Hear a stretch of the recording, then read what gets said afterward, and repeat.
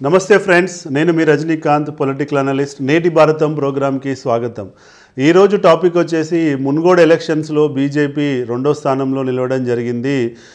BJP చేసిన తప్పేంటి, BJP ఎక్కడ ఫెయిల్ అయింది, ఎంతో నమ్మకంతో, ఎంతో ధైర్యంతో, ఎంతో రిస్క్ తీసుకొని వాళ్ళే బై ఎలక్షన్ తీసుకొచ్చారు. మరి గెలవకపోవడానికి గల కారణాలు ఏంటి అనే అంశంపై విశ్లేషణ చెప్పడం కోసం వీడియోని చేస్తున్నాను. మీరు తప్పకుండా ఈ వీడియోని చివరి వరకు చూడండి. మీ అభిప్రాయాన్ని కూడా కామెంట్ రూపంలో మాతో పంచుకోండి. ఇక ఎలక్షన్స్ రిజల్ట్స్ ఎలా వచ్చాయో మీ అందరికీ తెలుసు. దాని మీద డిస్కస్ చేయడం కంటే బీజేపీ ఎందుకు అంటే అటు దుబ్బాకలో గెలిచిన బీజేపీ, ఇటు హుజరాబాద్లో గెలిచిన బీజేపీ ఇటుకు వచ్చేసరికి ఎందుకు రెండో స్థానంలో నిలిచింది, ఎందుకు 10,000 ఓట్ల తేడాతో ఓడిపోయింది అన్నది మనం విశ్లేషిస్తే ప్రధానంగా దీని వెనకాల 5 కారణాలు ఉన్నాయన్నది నా యొక్క ఉద్దేశం. సో ఈ 5 కారణాలలో మొదటి కారణం వచ్చేసి ఏంటంటే, ఈ మొత్తం ఎలక్షన్స్లో ఎక్కడ కూడా ఒక సెంటిమెంట్ కానీ ఒక సింపతి కానీ ఎక్కడ కూడా కనపడలేదు. అంటే ఒక అంశాన్ని విశ్లేషిస్తున్నప్పుడు మన అంతకుముందు జరిగిన వాటిలలో ఉన్న ఎగ్జాంపుల్స్ తీసుకొని చెప్తాం. కాబట్టి ఇటు దుబ్బాకలో చూస్తే రఘునందన్ ఎలక్షన్స్లో రఘునందన్కి ఎక్కడో ఒక సింపతి కనబడ్డది. అంటే 3 సార్లు ఓడిపోయాడు పాపం, అయినా కాన్స్టిట్యున్సీని పట్టుకొని ఉంటున్నాడు, ఈ కాన్స్టిట్యున్సీ కోసం అహర్నిశలు కష్టపడుతున్నాడు, ఒకసారి ఛాన్స్ ఇద్దాము అనేటువంటి సందర్భాన్ని మనం దుబ్బాకలో చూసాం. ఇటు వస్తే హుజరాబాద్కి వచ్చేసరికి ఏంటంటే ఎక్కడో దిక్కు ఒక ఎమోషనల్ బాండింగు, ఒక సింపతి అన్నది మనకు బాగా కనపడ్డది. ఏంటంటే పాపం మా ఈటెల రాజేంద్ర గారికి అన్యాయం జరిగింది, మన ఈటెల రాజేంద్రని మనం కాపాడుకోవాలి, మన కుటుంబ సభ్యుడు మనం కాపాడుకోవాలి అనేటువంటి ఎమోషన్ను బాగా కనబడ్డది. కాబట్టి అక్కడ ఓటర్లలో ఆ ఓటింగ్ పర్సంటేజ్లో మనం మార్పును చూసాం. అదే మునుగోడు విషయానికి వచ్చేసరికి అటు ఎమోషన్ కానీ ఇటు సింపతి కానీ ఎక్కడ కూడా కనబడలేదన్నది నా యొక్క ఉద్దేశం. ఎందుకంటే రాజగోపాల్ రెడ్డి గారు అభివృద్ధి జరగలేదు కాబట్టి నేను రిజైన్ చేశాను, బై ఎలక్షన్ వస్తే మునుగోడు కాన్స్టిట్యున్సీకి అభివృద్ధి జరుగుతుందనే నినాదం ఏదైతే తీసుకున్నారో దానివల్ల ఆయనకి ఎమోషనల్గా ప్రజలు కనెక్ట్ కాలేదు, ఇటు ఆయన మీద సింపతి కూడా అయ్యో పాపం అనేటువంటి సందర్భం ఎక్కడ కూడా కనబడలేదు. సో ప్రధానంగా ఈ కారణం వల్ల ఏంటంటే బీజేపీ అంటే జనరల్గా బీజేపీ స్వంత ఓటు కంటే ఎక్కువ ఇలాంటి ఎమోషనల్ అండ్ సింపతి ఫ్యాక్టర్స్ మీదనే ఇప్పటివరకు 2 ఎలక్షన్స్ గెలిచారు. కాబట్టి ఇక్కడ ఆ ఫ్యాక్టర్ లేకపోవడం వల్ల రాజగోపాల్ రెడ్డికి నష్టం జరిగిందన్నది నేను చెప్పాలనుకుంటున్న పాయింట్. ఇక రెండో అంశానికి వస్తే బేసికల్గా పోల్ మేనేజ్మెంట్. సో ఏంటంటే ఈ పోల్ మేనేజ్మెంట్ విషయంలో అటు దుబ్బాకలో హుజరాబాద్తో పోలిస్తే poll management, booth level management విషయంలో రాజగోపాల్ రెడ్డి అండ్ టీం వెనుకబడ్డదన్నది మనము చెప్పాల్సిన విషయం. ఎందుకు అనంటే ఈ మొత్తం ఓవరాల్ పోల్ మేనేజ్మెంట్ ఆ 2 కాన్స్టిట్యున్సీలలో ఎంత ఎఫెక్టివ్గా జరిగిందో ఇక్కడ జరగలేదు అన్నది వాస్తవం.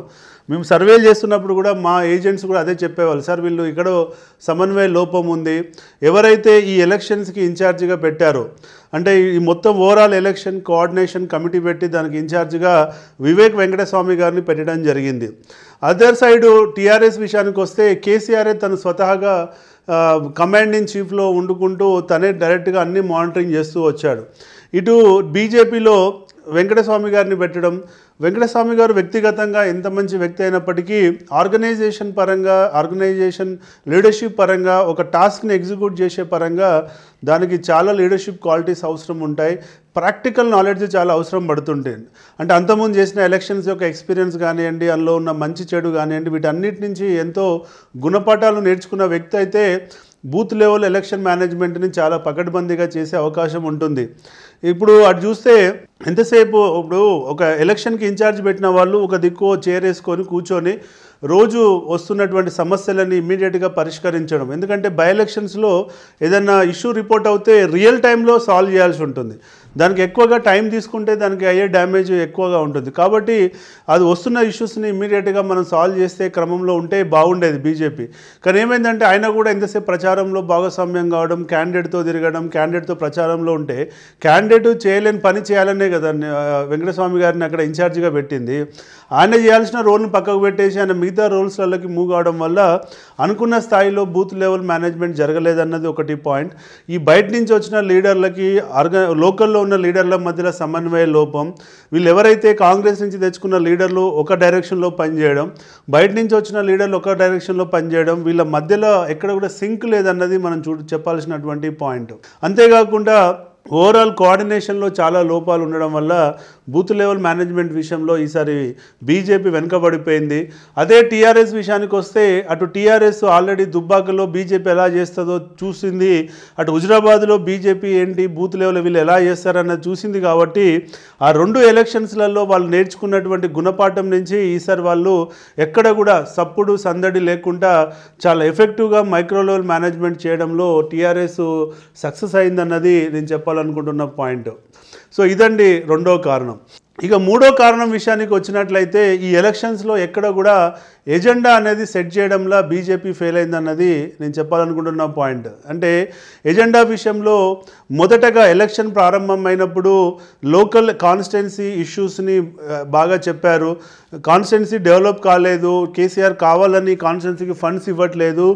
బై ఎలక్షన్ తీసుకొస్తే అంతకుముందు నాగార్జున సాగర్ కానీ మిగతా కాన్స్టిట్యున్సీలలో చాలా అభివృద్ధి జరిగింది, కాబట్టి ఇక్కడ నేను బై ఎలక్షన్ తెచ్చానని చెప్పిన ఎజెండా ఏదైతుందో దాన్ని చివరి వరకు సస్టైన్ చేయడంలో బీజేపీ ఫెయిల్ అయిందన్నది నా యొక్క పాయింట్.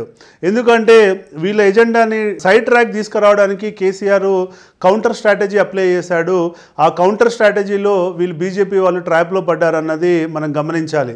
అంటే మీరు అడగవచ్చు ఏంటి ఆ కౌంటర్ స్ట్రాటజీ అంటే, సడన్గా తెర మీదకి ఈ 18,000 కోట్ల ఇష్యూ తీసుకురావడం, రాజగోపాల్ రెడ్డి 18,000 కోట్లకు అమ్ముడు పోయాడు అని చెప్పి కేసీఆర్ కానీ తన టీం కానీ ప్రచారాన్ని ఉధృతం చేసినప్పుడు దాంట్లో ట్రాప్లో పడి అవును మేము 18,000 కోట్ల వర్క్ తీసుకున్నామని రాజగోపాల్ రెడ్డి గారు టీవీ9 ద్వారా చెప్పినది ఏదైతుందో అది చాలా డ్యామేజ్ చేసిందన్నది మనం ఇక్కడ గమనించాలి. రెండవది చేనేత కార్మికులకి జిఎస్టీ పెట్టాడు మోడీ వచ్చిన తర్వాత అనేది ఏదైతుందో అది తను లేవనెత్తడం, దాని మీద చర్చ కొనసాగించడం, దాని ద్వారా కొంత అటెన్షన్ డైవర్ట్ అయిందన్నది మనం చూడాలి. మూడోది వచ్చేసి గ్యాస్ ధరలు, నిత్యావసర ధరల పెరుగుదల, పెట్రోలు డీజిల్, ఇలా మోడీ యొక్క ఫెయిల్యూర్స్ మీదకి కేసీఆర్ దృష్టి మళ్లించాడు. దాన్ని వీళ్ళు అటాక్ చేస్తూ వెళ్ళారు తప్ప కానీ వీళ్ళ ఓన్ ఎజెండా ఏదైతుందో దాంట్లో నుంచి వీళ్ళు డివేట్ అయ్యారు. ఎంతసేపు బీజేపీ వాళ్ళు మాట్లాడితే కుటుంబ పాలన అంటారు, కరప్షన్ అంటారు, అంతే. సో ఈ రెండు సబ్జెక్టులకి ఓట్లు పడవన్నది వాళ్ళు గ్రహించాలి. ఎందుకంటే కుటుంబ పాలనకి మునుగోడు ఓటర్లకి సంబంధం లేదు, అటు కరప్షన్కి ఇరిగేషన్లో జరిగిన కరప్షన్కి మునుగోడు ఓటర్లకు సంబంధం లేదు. కాబట్టి వాళ్ళు కనెక్ట్ కావడంలో వాళ్ళు ఎక్కడో మిస్ అయ్యారన్నది మనం గమనించాలి. ఇక నాలుగో అంటే ఓవరాల్గా ఎజెండా లేకుండా పోయింది. అటు మీరు ఇదే అంశాన్ని మనం మునుగోడుతో వర్సెస్ దుబ్బాక కంపారిజన్ చేస్తే దుబ్బాకలో రఘునందన్ ఒక ఎజెండా సెట్ చేశాడు. ఏంటంటే చూడండి దుబ్బాక ఎలా వెనుకబడిపోయింది, అటు చూస్తే సిద్దిపేట బాగా డెవలప్ అయింది, సిరిసిల్ల డెవలప్ అయింది, ఇటు గజ్వేల్ డెవలప్ అయింది. మీరు దుబ్బాకలో ఉన్న వాళ్ళు పొద్దున్న లేస్తే అక్కడికి వెళ్ళాల్సి వస్తుంది, మీరు ఇలా నన్ను గెలిపియండి ఈ కాన్స్టిట్యున్సీని ఆ స్థాయిలో డెవలప్ చేస్తాను అని చెప్పి ఎజెండా సెట్ చేశాడు, సక్సెస్ అయ్యాడు. అదే హుజరాబాద్ విషయానికి వచ్చినట్లయితే బీసీల ఆత్మగౌరవం అనేటువంటి ఎజెండా ఏదైతుందో బీసీల ఆత్మగౌరవ పోరాటము, నన్ను చంపుకుంటారో సాదుకుంటారో అనేటువంటి ఎజెండా ఏదైతుందో అది ప్రజల్లోకి బాగా కల్టివేట్ అయింది. కాబట్టి ఈటల రాజేందర్కి పాజిటివ్ ఓటింగ్ పడ్డది. అదే ఇక్కడ మునుగోడుకు వచ్చేసరికి ఇక్కడ ఎక్కడ కూడా ఎజెండా లేదు, కాబట్టి ఓటును ఆర్గనైజ్ చేసుకోవడానికి చాలా కష్టపడాల్సి వచ్చింది. ఇది మూడో రీజన్ అండి. ఇక నాలుగో రీజన్ విషయానికి వచ్చినట్లయితే money distribution and money resource management. ఈ మనీ డిస్ట్రిబ్యూషన్ రిసోర్స్ మేనేజ్మెంట్ విషయంలో ఏమైందంటే, అంటే రిసోర్సెస్ పరంగా బీజేపీ స్ట్రాంగ్ ఉన్నప్పటికీ, కేసీఆర్ స్థాయిలో ఖర్చు పెట్టగలిగిన స్థాయి ఉన్నప్పటికీ దాని డిస్ట్రిబ్యూషన్ను దాన్ని ప్లానింగ్ చేసే విషయంలో వీళ్ళు వెనకడుగేశారు. డిస్ట్రిబ్యూషన్ విషయంలో కానీ ఏదైనా కానీ టీఆర్ఎస్ఏ ముందంజలో ఉంది, వాళ్ళు ఎఫెక్టివ్గా చేయగలిగారు, వీళ్ళు ఎఫెక్టివ్గా చేయలేకపోయారన్నది నేను చెప్పాలనుకుంటున్న పాయింట్. అంటే ఎక్కువ మోతాదులో మనీ వేస్ట్ అయిపోయింది, మధ్య లేయర్స్ ఎక్కువగా దాన్ని ఆపారు, ఎండ్ ఓటర్కి చేరాల్సింది చేరలేదు అన్నది వాళ్ళు రివ్యూ చేసుకుంటే వాళ్ళకే తెలిసిపోతుంది. ఈ ఐదో అంశాన్ని విషయానికి వచ్చేసరికి ఏంటంటే మోయినాబాద్ ఫామ్ హౌస్ ఇష్యూ ఏదైతుందో ఇది డెఫినెట్గా కొంత ప్రభావితం చేపట్టి ఉంటుందని నేను అనుకుంటున్నా. అట్లీస్ట్ ఇంటెలెక్చువల్స్ ఎడ్యుకేటెడ్ ఓటర్స్లో మాత్రం ఈ చర్చ వచ్చి ఉంటుంది.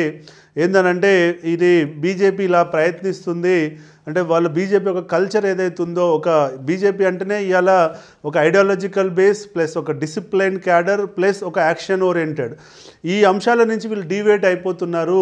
వీళ్ళు కూడా ప్రధానంగా అంతకుముందు పార్టీలు ఎలా అయితే అవలంబించాయో అలానే డబ్బు ప్రభావం చూపించి పవర్ హంగర్ తోటి ఉన్న ప్రభుత్వాలని కూలగొట్టడంలో, ఎమ్మెల్యేలను కొనడంలో వీళ్ళు కూడా అదే అవలంబిస్తున్నారు. కాబట్టి వీళ్ళకి అంతకుముందు ఉన్న వాళ్ళకి, అంతకుముందు ప్రయోగించి ఇలా చేసిన వాళ్ళకి ఏంటి తేడా అనేటువంటి చర్చ అయితే కేసీఆర్ ప్రజల్లోకి తీసుకెళ్ళగలిగాడు. అది ఎంతో కొంత ఒక ఎడ్యుకేటెడ్ ఓటర్ని అయితే డెఫినెట్గా ప్రభావితం చేపించి ఉంటుందని నేను అనుకుంటున్నాను.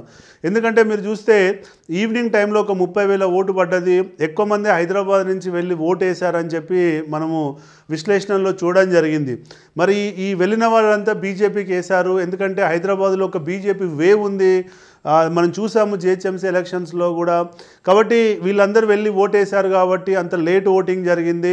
వాళ్ళు గవర్నమెంట్తో అగెనిస్ట్గా కసితో ఓటేశారనే చర్చలు మనం చూసాం. రియల్గా ఓటు కనుక మొత్తం బీజేపీకే పడున్నా, అట్లీస్ట్ 70% పడున్నా ఇవాళ రిజల్ట్స్ తారుమారు అయ్యి ఉండేది. అలా పడలేదు, అది ఈక్వల్గా డిస్ట్రిబ్యూట్ అయిందని నేను అనుకుంటున్నా. దానికి ఎంతో కొంత ఈ ఫామ్ హౌస్ ఏదైతే ఉందో, ఇష్యూ ఏదైతే ఉందో అది దోహదపడ్డది అన్నది నేను చెప్పాలనుకుంటున్న పాయింట్. సో ఇదండి బేసిక్గా ఈ ప్రధానంగా ఈ 5 కారణాల చేత ఇవాళ బీజేపీ, అంటే కర్నూలు సావుకి 100 కారణాలు అన్నట్టు ఇక్కడ కూడా ఇంకా చాలా చిన్న చిన్న ఇష్యూస్ ఉండొచ్చు. కానీ ఒక టాప్ లెవెల్లో ఒక 5 అంశాలలో కనుక మనం విశ్లేషిస్తే ప్రధానంగా ఈ 5 కారణాల వల్ల ఇవాళ బీజేపీ గెలవలేకపోయింది అన్నది నేను అనుకుంటున్నా. ఒకవేళ వీళ్ళు ఈ 5 అంశాల మీద గట్టిగా పనిచేసి ఉన్నట్లయితే హుజరాబాద్లో వచ్చినట్టు డెఫినెట్గా ఒక 20,000 మెజార్టీతో వీళ్ళు గెలిచి ఉండేవాళ్ళు. కానీ ఈ 5 కారణాల వల్ల వాళ్ళు ఒక 10,000 మెజార్టీ అంటే ఒక 30,000 ఓటును పొడగొట్టుకున్నారు అని నేను అనుకుంటున్నానండి. సో ఇది ప్రధానంగా నేను చెప్పాలనుకుంటున్నటువంటి విశ్లేషణ. మీ యొక్క అభిప్రాయాలను కూడా డెఫినెట్గా కామెంట్ రూపంలో తెలియజేయండి, మనం అక్కడే చర్చిద్దాం. జై హింద్.